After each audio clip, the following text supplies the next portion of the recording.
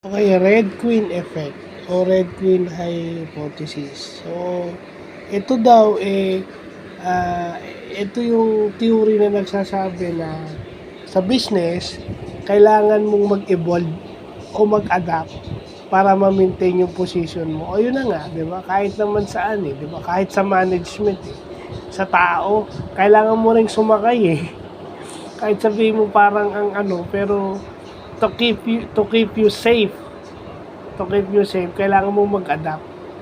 Kailangan mong sundin, di ba? May suggestion na tama, kailangan mong sumunod kahit parang logically hindi na siya tama, pero in order for you to be safe, pag-adapt ka para ka lang maging safe.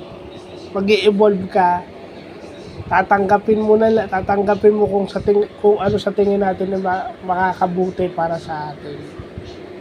Yeah.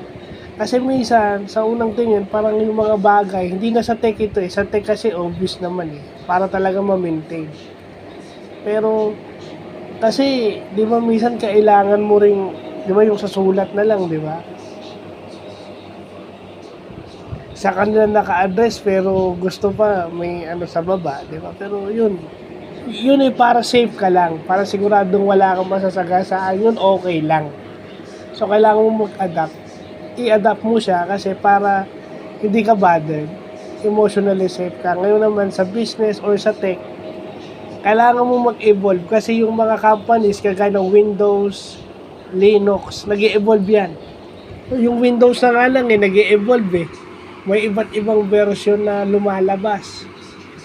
May mga God mode na, may mga na nga may mga kung anong bagay na nga lumalabas di ba? Example lang nun Windows, example ng Red Queen. So, yun lang pa.